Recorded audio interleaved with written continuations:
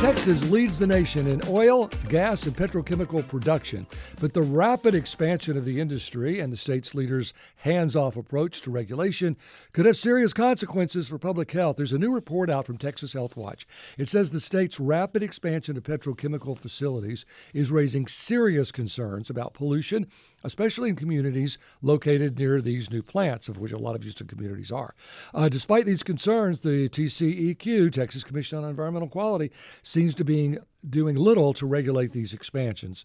To tell us more, we're joined by Jim Morris, founder, executive director, and editor-in-chief of Public Health Watch, to walk us through what their report told in 13 scenes. It shows us all about the emissions, the health risks, and what this continued growth could mean for Texas. Jim, welcome to Hello Houston. We're glad you're here. Thank you. I did like your report. It was kind of point and click and see and say. It was a very well laid out, simple, here's what we're looking at, here's where it's going to happen. Here are these type of problems, those type of problems, this kind of chemical, that kind of chemical, and what it can do. So let's start with telling people where they can see this report. Yes, they can go to publichealthwatch.org, publichealthwatch, one word, .org, and go to our homepage. And the headline just says, Texas clears the way for petrochemical expansion as experts warn of health risks. So it should be pretty easy to find. Okay, so I had a link to it, so it was easy to find. I encourage people to go and take a look at this. So there are a lot of spots in Harris County, Jefferson County, that are due for more petrochemical expansion. Is that fair?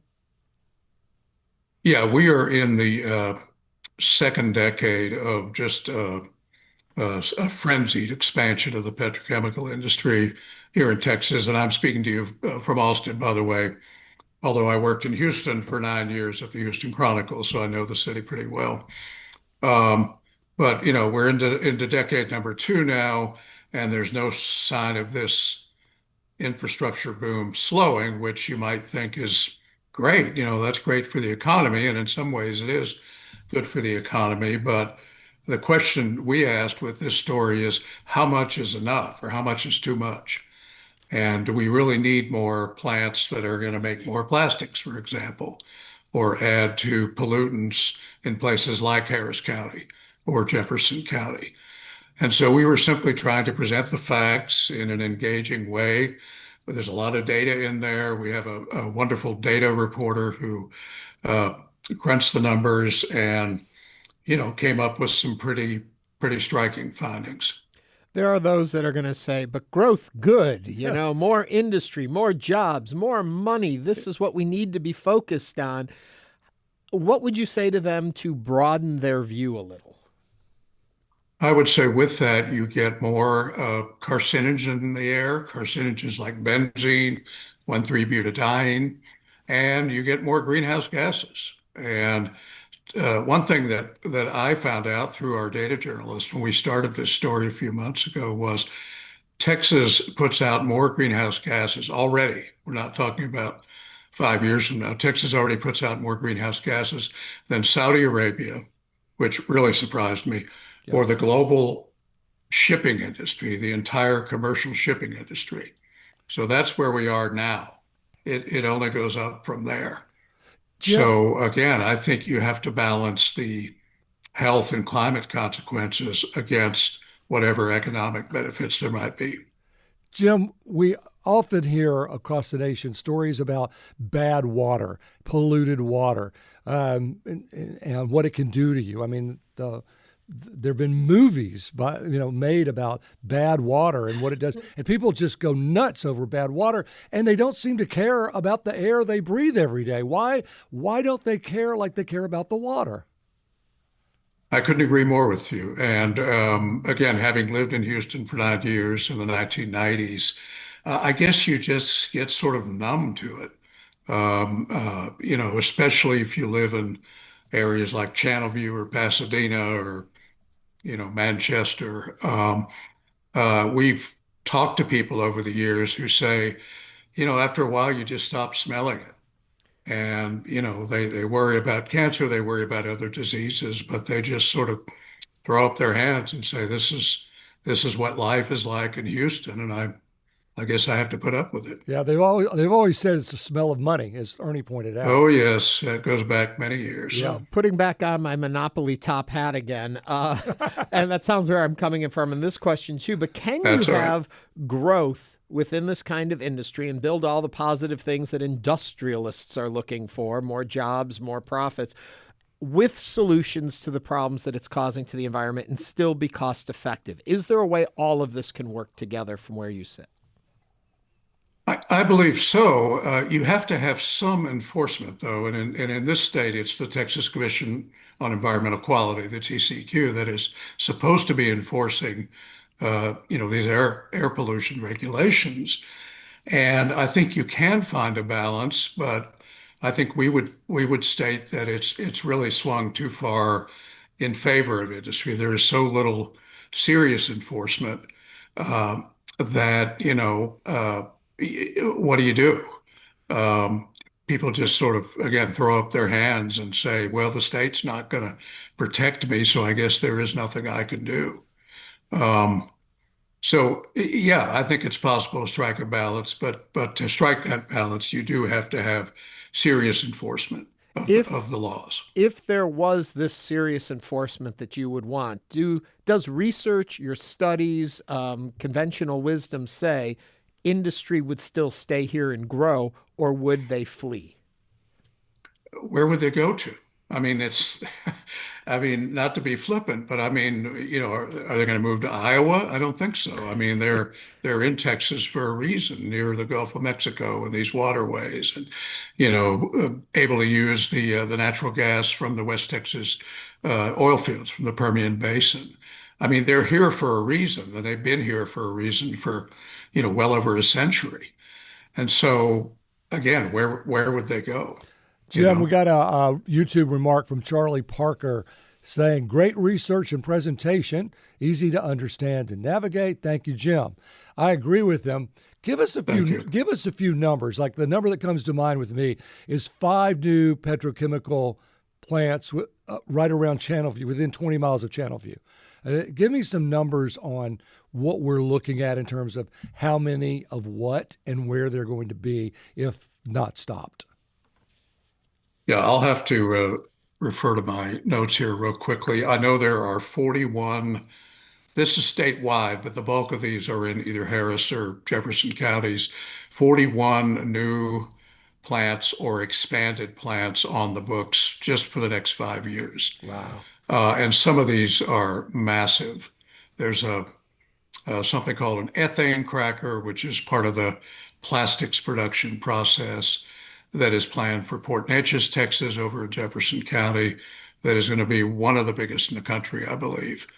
They just keep coming in. Jim, let me get you. And the other thing, Let me oh, get your sorry. reaction to this, Jim. Rich from Baytown says new plants are actually very clean. It's the old ones that are the problem. There are plants in Deer Park that bleed pollution. With these 41 new plants, are they actually very clean? It's impossible to say, looking at the paperwork, and that leads me to one of our other key findings is that the Texas Commission on Environmental Quality, the TCQ, as I said, they have to issue permits to all these plants. If they want to build a new plant, if they want to add on to their current plant, they have to get a permit to pollute the air, in effect, from the state, which is supposed to set limits on certain pollutants and so forth. And the law says if they can't meet certain public health conditions, they should not be given a permit. They should be denied a permit.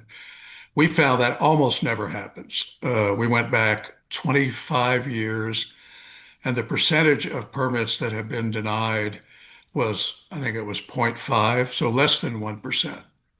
Is it So when that's happening, again, I don't think there's any way for the public to know whether these new plants or older plants are operating safely is it a because everybody seems to get a permit.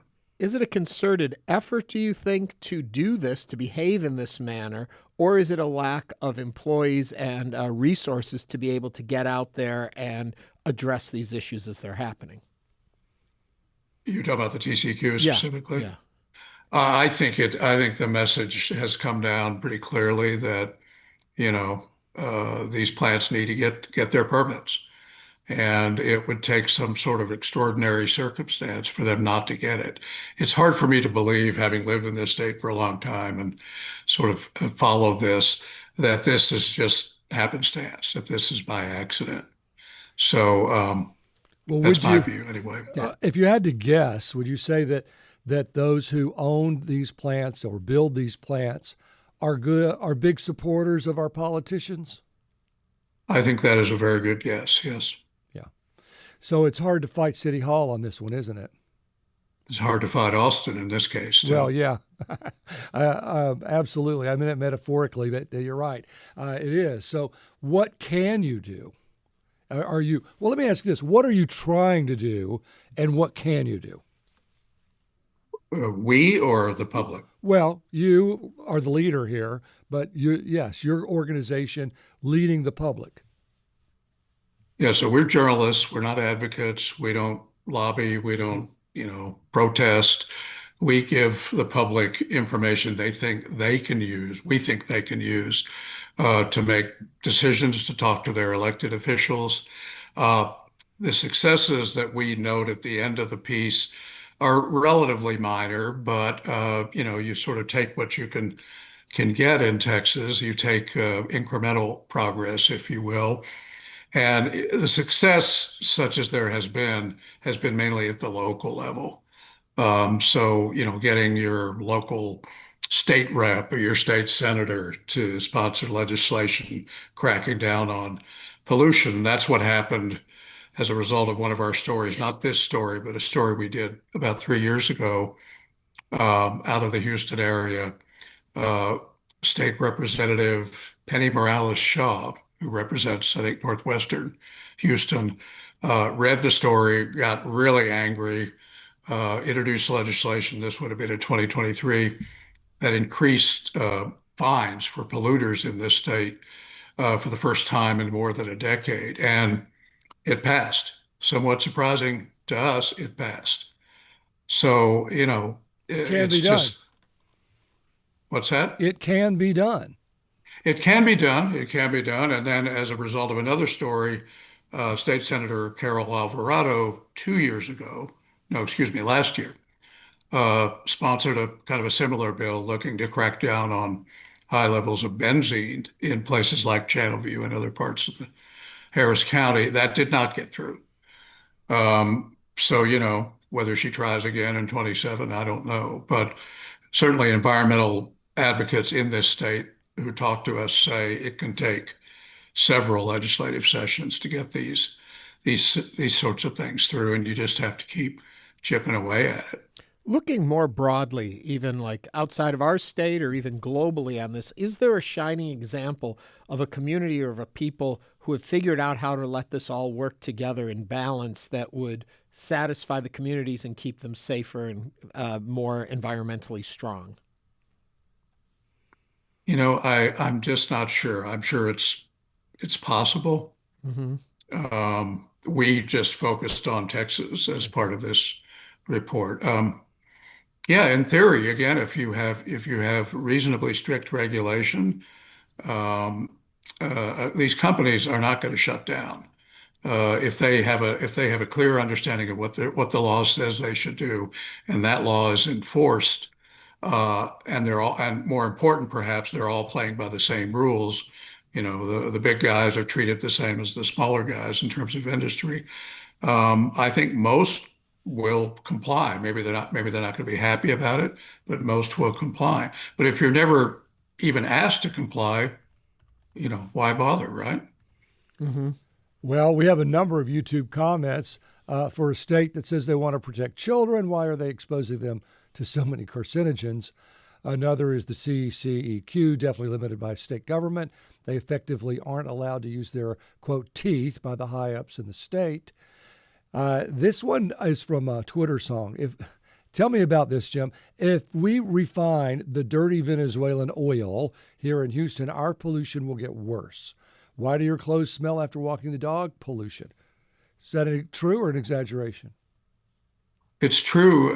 The Venezuelan oil is very high sulfur. And I read a piece just yesterday or the day before in the New York Times. It wasn't out of Texas, it was out of Pascagoula, Mississippi, where there's a Chevron refinery Yep. that is already and is taking this sort of heavy oil, and they're going to take more of it now. And there was a story was about the community next door just dreading what's coming and asking Chevron to buy them out. So yeah, the Venezuelan oil, because of its high sulfur content, is just really, really nasty stuff. Yeah, just so people get a bearing on that, it's Gulfport, Biloxi, Pascagoula, and then Mobile, Alabama. So all of that right there on the Gulf Coast. And Right. they've had that refinery there for 50 years, I think. Yeah, it's been around a while. A Yeah. long time. And I guess they can do it or try to do it. So at the end of the day, you don't advocate, but you report. Do you send your reports to our state legislature, to the people involved?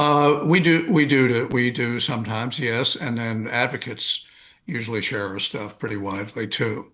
And what So about, again, we try to produce rigorously fact-checked, data-driven reporting that anyone can use, you know, well, however they want to use it. like the But we don't TCEQ? Do you send it to the TCEQ?